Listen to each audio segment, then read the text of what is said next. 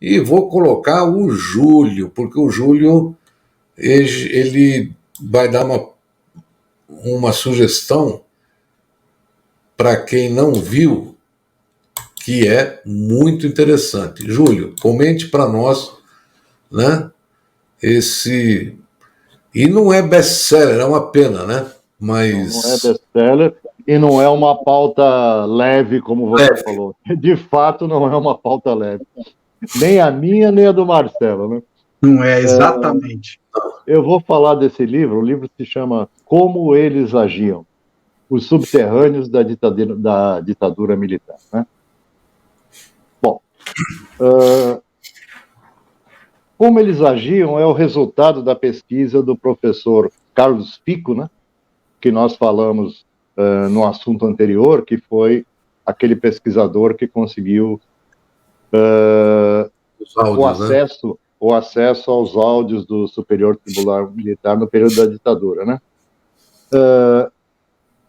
E nesse livro ele descreve como a comunidade de informações, chamado DSI, Divisão de Segurança e Informações, trabalhava, agia e avaliava a atividade de toda e qualquer pessoa que poderia ser contrária ao regime militar, como, por exemplo, estudantes, intelectuais, artistas, clero, né?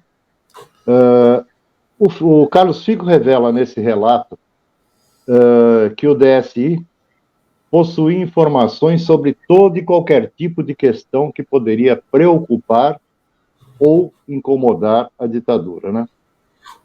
Os documentos sigilosos que serviram de base para a pesquisa mostram que o modo de agir dos espiões e da polícia política do regime militar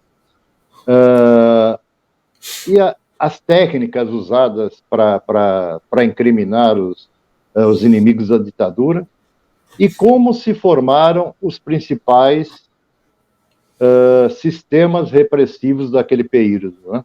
Essa talvez seja a parte mais interessante do livro, né? A criação dos COIs, dos CODES, né? No caso da Operação Bandeirantes, por exemplo, que reuniu o Exército, Polícia Civil, Polícia Militar. O livro discute também o processo posterior, né, de dissolução desses sistemas todos, né? E até hoje, já que a gente está discutindo aqui, a gente comentou bastante, né? Por conta desses fatos recentes, dessas fitas que foram analisadas pelo próprio Carlos Picos, né? Até hoje vem à tona esses casos de denúncias, né? Na época, o livro foi baseado mais em escutas telefônicas, por exemplo, né? Essa pesquisa foi realizada através de papéis dessas transcrições, dessas escutas telefônicas, né? Que foram transferidos do Ministério da Justiça para o Arquivo Nacional, né? E se valendo da legislação que permite que pesquisadores qualificados tenham acesso a esses documentos sigilosos, né? Esses documentos se dividem em ultrasecretos, secretos e confidenciais. E para a realização desse livro, ele consultou documentos até 1977.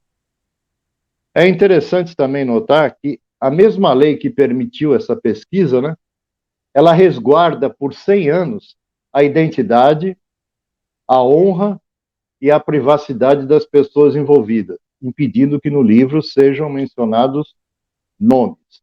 Mas a gente sabe que quem conhece um pouco da história do período, né, saberá identificar aí os protagonistas dos casos descritos, né? Como eles agiam revela que, em contraponto aos resultados de pesquisas anteriores, os oficiais generais, ou seja, a alta hierarquia das Forças Armadas, não só tinha conhecimento da tortura e do extermínio, como muitas vezes foram seus mandantes, né? Como a gente fica sabendo depois dessa época, que esse livro é de 2001, e aqueles documentos da Biblioteca do Senado americano, né, do Congresso americano, vieram à tona depois disso, né? Então havia esse conhecimento. O livro foi editado, como eu disse, em 2001 pela editora Record, está esgotado, você não vai achar ele por menos de R$300 aí nos sebos da vida, né? Mas ele está disponível em PDF na internet. Eu acho que quem quer conhecer, quem quer mergulhar um pouco mais profundamente nesse período da nossa história, é uma leitura obrigatória. Tem muitos livros bons que reportam a essa época, né, Marcelo? Que as pessoas deveriam ler e deveriam ser mais divulgados. Aliás, acabei de receber uma outra notícia aqui, que o caríssimo presidente usa a Lei Rouanet para aprovar um livro sobre armas. Mas vamos lá. Piada pronta. Piada pronta, mas pior que a verdade. A lá Orwell, né? Cultura é arma. Falou em cultura, que nem diz aquele general fascista, né, Marcelo? Falou em cultura, eu já puxo o meu revólver. Puxo o meu revólver, exatamente. Exatamente, na época do Hitler, né? Olha, exatamente, a gente não foi uma combinação muito suave aí para um pré-feriado. Realmente, meu livro não é muito leve, não. A semana que vem a gente fala do Batman, tá? Do filme. Eu acho que é melhor, viu? É melhor. O livro que eu trouxe é esse, A Metamorfose de Franz Kafka. Todo mundo já deve ter ouvido falar no livro, pelo menos, né? É um dos maiores clássicos do século XX, e quem for um pouco mais chegado à literatura sabe que é escrito pelo incrível Franz Kafka. Eu falei Kafka, né? Não Kafka, como não, mas o seu sobrenome não é Weintraub, então fique tranquilo. Um recente ministro da Educação. Vejam só, da educação, hein? Mas que não conseguia escrever um tweet sem erro de português, né? Bom, mas voltando ao livro, né? Mas agora ele está do nosso lado. Agora ele está do nosso lado, Marcelo. Agora ele é anti-bolsonarista, né? Eu estou sabendo. Bom, ele é um livro relativamente curto, né? Tem cerca de 90 e poucas páginas aí, dependendo da edição, mas ele se inicia de uma maneira bastante inusitada. Vamos abrir aspas aí para o livro, né? Certa manhã, Gregor Samsa, que ele é o protagonista da história, né, acordou de sonhos intranquilos. Encontrou-se em sua cama, metamorfoseado num inseto monstruoso. E mais à frente, Kafka escreve, né, as falas de Gregor, já transformado em um bicho repulsivo, dizendo, abre aspas, que tal se eu continuasse dormindo mais um pouco e esquecesse todas essas tolices? E depois, meu Deus, que profissão cansativa eu escolhi, entra dia e sai dia viajando. Ele era caixeiro viajante, né? Bom, a situação da história é crítica e vai ficando cada vez mais bizarra. Mas o interessante é como o autor escreve de maneira inteligentíssima sobre a banalização ou a naturalização do absurdo. E nos faz pensar como alguém poderia naturalizar tanto caos. Como ser transformado em um inseto gigante pode ser tratado com tanta naturalidade? Talvez porque não seja tão incomum. Nós também vivemos e sobrevivemos todo dia e simplesmente normalizamos um monte de absurdos. Vejam, quanto a gente não tem que mudar por dentro para abstrair certos acontecimentos. Tem algo mais absurdo que mais de 660 mil mortos em uma pandemia?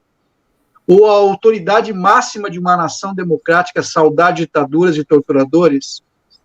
O que seria mais surreal que o Estado permitir que o crime organizado, através de milícias e facções, ganhe espaço e poder na sociedade? E o mais penoso, a escalada dos preços que obrigam as famílias a cortar o lazer, a pizza do fim de semana, e espremer a conta do mercado, em meio à farra dos orçamentos secretos e fundos partidários eleitorais, escândalos de desvio de dinheiro público, mamatas, propinas pedidas às vezes em barras de ouro, e dos sigilos de 100 anos dos gastos governamentais. Para continuar encarando o dia a dia, só a desumanização e a normose coletiva podem explicar por que tantos continuam defendendo oportunistas e quadrilheiros. Leitura mais do que atual, eu recomendo. Perfeito, Marcelo. O Marcelo deu uma conotação política interessante aí para um livro que a gente tem o entendimento que seja um livro mais existencial, né? Eu me lembrei de um amigo meu que falava o seguinte: não leia a Metamorfose quando você for muito novo, porque você só vai se transformar em barata ou inseto repugnante depois dos 40. E é uma grande verdade. E, Marcelo, eu tenho um carinho muito grande por esse livro, que foi um dos primeiros livros que eu comprei. Lá no comecinho dos anos 70, eu estava eu não sei como é que chama hoje, mas era primário, ginásio e científico, né? Ali pelo científico, tal, 16 anos, 15 anos. E o nosso programa de domingo era indo para o Gonzaga, que no Gonzaga tinha pelo menos uma meia dúzia de cinemas ali, né? A gente assistia o filme e depois ia para a Livraria Atlântica. A Livraria Atlântica, ela ficava no prédio ali onde hoje tem o Hotel Atlântico, né? Em frente ao antigo e maravilhoso Parque Balneário. E na Livraria Atlântica, uma vez eu cheguei lá e tinha lá, eu trouxe até eles aqui, ó, que eu guardo os 3 com... Cadê aqui? Opa! Os 3 com muito carinho, eu comprei os 3 ao mesmo tempo. Um é A Muralha da China, né? Do Kafka também. Cartas a Meu Pai. Carta a Meu Pai, do Kafka também. E o terceiro tem a Metamorfose, O Artista da Fome e Na Colônia Penal. Foram livros que eu li assim de uma sentada só, como a gente costuma dizer, né? E abriu caminho para drogas mais pesadas, né? Como o Processo, por exemplo, que eu fui ler depois, né? Então eu guardo esses livros com muito carinho, e estavam entre os primeiros livros que eu comprei, né? A gente economizava a mesada, aquele dinheiro que a tia dava no aniversário, para ir no cinema e comprar livro. Eu tenho os 3 aqui, são edições da época, gosto muito deles, e a tua lembrança do livro me reviveu essa lembrança também, muito legal. Muito bom. Muito legal. Eu achei que o programa hoje foi na medida. Muito bom, muito dinâmico. Gostei. Gente, estamos encerrando mais um Caras da Ilha.